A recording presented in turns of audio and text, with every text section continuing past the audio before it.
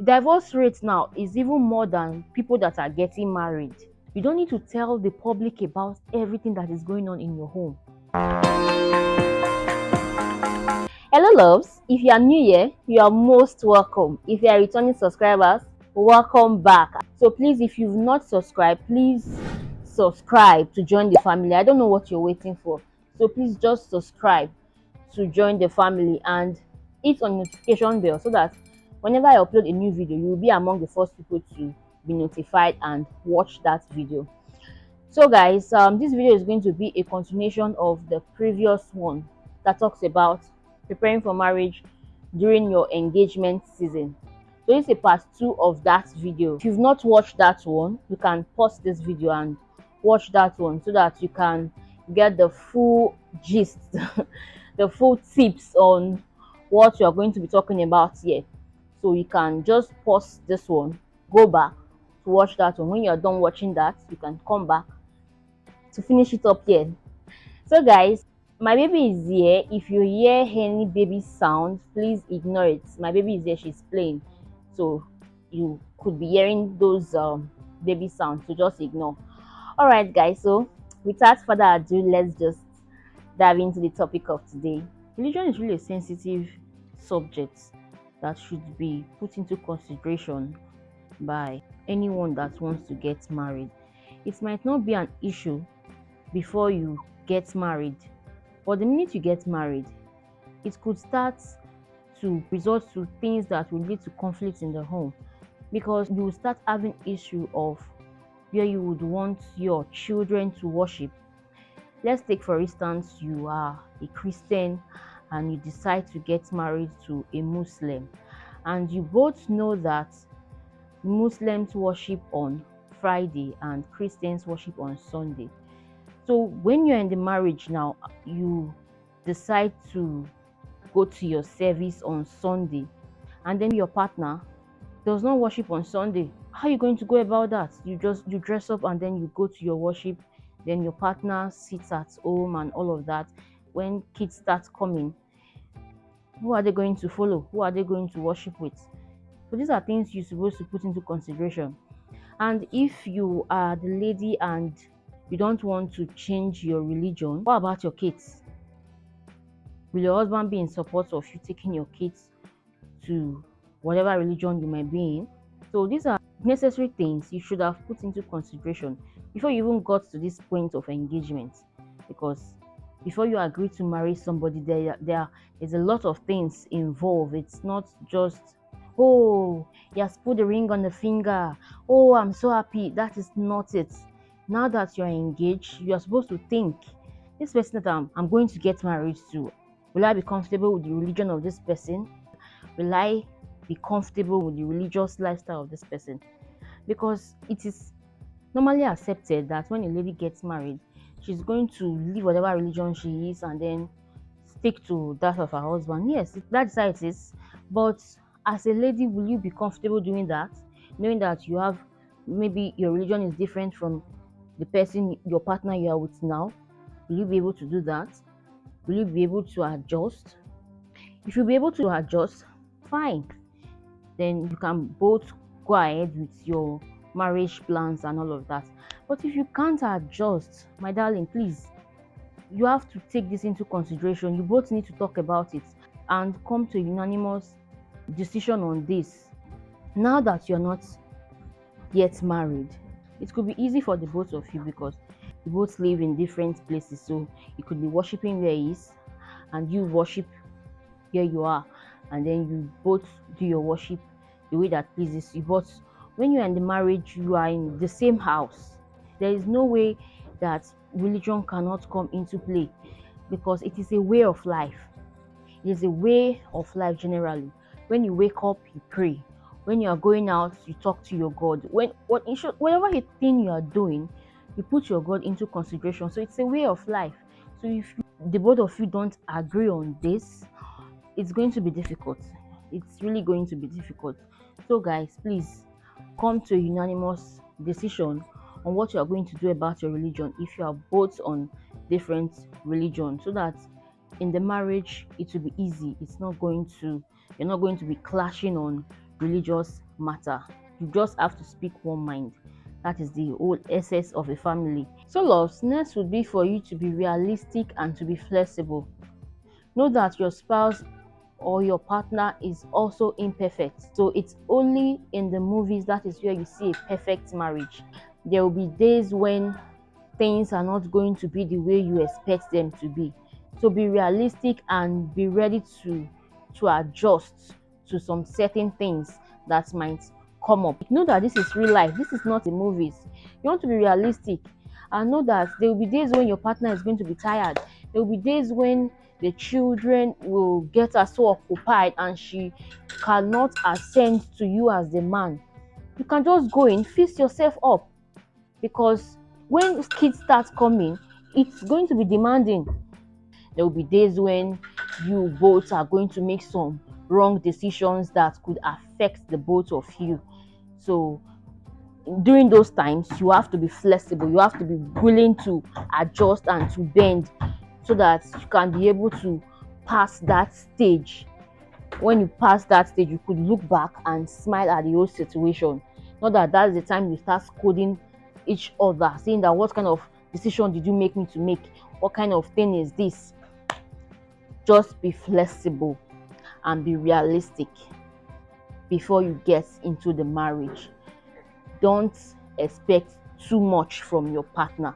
When you have this kind of mindset, to help you to be able to adjust to the challenges that marriage might present, because in marriage there are challenges. Even you as a single person, you go through challenging times, let alone when you get married and you are two persons staying in one house. Challenges must arise. When you place your expectations so high on your partner, it will make you not to be able to overlook some certain things.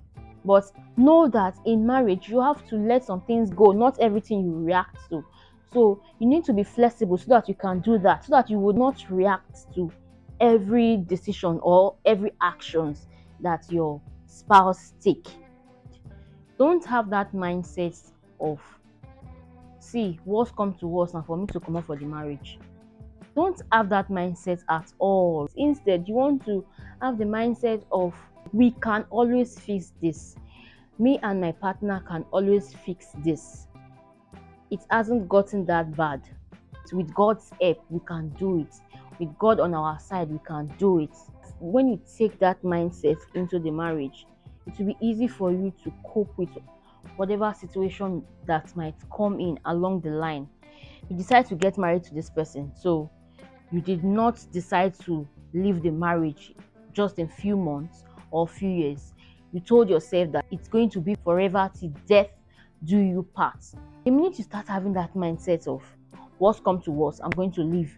What's come to worst, I can't die here. It's only when it's good, it's only when it's rosy, that is when I'm going to stay in this marriage. When you start having that mindset, then it will be difficult for you to make things work. It will be difficult for you to resolve your conflicts. Any conflict that comes, you would think of the easy way, that is to leave the marriage. And it's not supposed to be that way, because it is a union that you've already involved two families in. You've involved your parents, you've involved your partner's parents, families, and even God was present the day you both agreed to get married. Because most marriages today have ended on divorce. The way people like divorce these days, divorce rate now is even more than people that are getting married. And then one begin to wonder, why did they get married in the first place? Any little issue, any little conflict, they just leave the marriage. And it's not supposed to be so. Marriage is not a contract. It is something that God originates for a man and a woman to live forever till death do them part. If it gets so bad in the marriage, you could seek help from therapists or your parents or somebody that can counsel you. If it gets to that point, when he created Adam and Eve and he made them husband and wife, he did not tell them that you will live to a particular point and then you both get divorced. That is not what God have a mind when he made them man and wife. So think of ways to resolve your issues. Even when Eve brought the forbidden fruit to Adam to eat, and then Adam knew that it was my wife that made me to sin, Adam jejely carried his wife and then they left the garden. He managed his wife the way his wife is, and he lived with her like that. So also have the mindset that, oh, I've decided to get married to this person. No matter the way this person is, I'm going to accept this person just the way this person is, and we are going to work it out. We are going to resolve our conflicts, and we are going to make this marriage work. We are not going to get divorced. So just have that at the back of your mind. You can't be taking your home outside. See, the public does not need to know everything about your home. It's not everything you need to put out there. There are some trivial issues that you can both resolve together as a couple. You don't need to tell the public about everything that is going on in your home. You see all these social media influencers that you think they always put out things. Oh, I really love the way this person lives with his family. Oh, I love the way this person adores his wife. Oh, I love the way this person adores her husband. Because they show you what you want to see. Yes, it's what you want to see. That is what they show you. It's not everything they put out in the public. So you want to do the same. Know that when you are in the marriage, not everything you will take out. Not everything your parents even need to know about. There are some little issues that you would resolve on your own with your partner. Things that you might not see as an issue between you and your partner might be a big issue to people outside. Do you understand me? Something that we both resolve. Maybe you have a conflict and you can both discuss it together and resolve your issue by yourself. If you did not do it by yourself and then you decide to take it out to the public,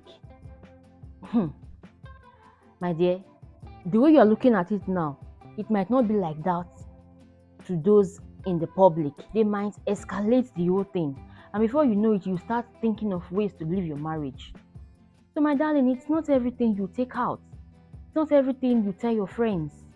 It's not everything you tell your parents. It's only when it gets out of hand, that is when you will start involving a third party. But those little trivial issues, you can resolve it by yourself without involving a third party. You don't know who is out there that is jealous of your home, and then you take your problem out, you take your family out, and then before you see it, they'll start giving you wrong advice. Before you know it, you decide to leave your home, and then they will seek for ways to come into your home. So my darling, you don't know the bad friend out there. You don't know who is not happy for you. So it's better you resolve your issues. It's better you resolve it by yourself. The one you know you can resolve by yourself, do it by yourself. It's when you know that, oh, this is bigger than me. That is when you can seek professional help. Professional help. It's not everybody you see out smiling with you. It's not everybody that's happy for you.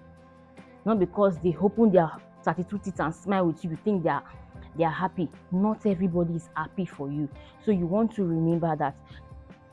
So loves, the final point will be for you to take prayer seriously, because it is when you take prayer seriously, that is when these old tips we just talked about can come to a fulfillment.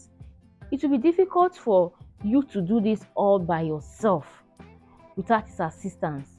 So you need to seek his assistance. You need to petition him.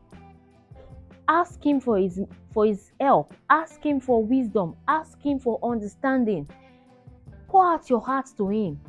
Tell him what you want. Not that you are praying and then you lack faith that is going to make these things work. Be sincere when you are doing that. Be specific in your prayers. Have your own spare time. Have your own free time to talk to him. These tips we'll just mention now. Specify the one you're lacking in. Talk to him. Tell him, Jehovah, my Father, I'm lacking in this aspect. And this is where my partner is lacking. Please, Father, work on him for me. I want you to make me the best version of myself. I want you to make my partner the best version of himself. to be better for me, to be the best person for me, to be the perfect person for me. And you see, when you ask him in faith and in sincerity, you see his work in your life. So don't underestimate prayer. Don't neglect this point. So guys, I hope this video was helpful to you in so many ways. So please, if you've not subscribed, please hit the subscribe button to join the family, and feel free to watch the next video on your screen. Let me know your thoughts in the comment section. If you've not clicked on the notification bell, please do that, so that when I upload the next video, you will be notified. Thanks for watching, and I hope to see you in the next one. Bye for now.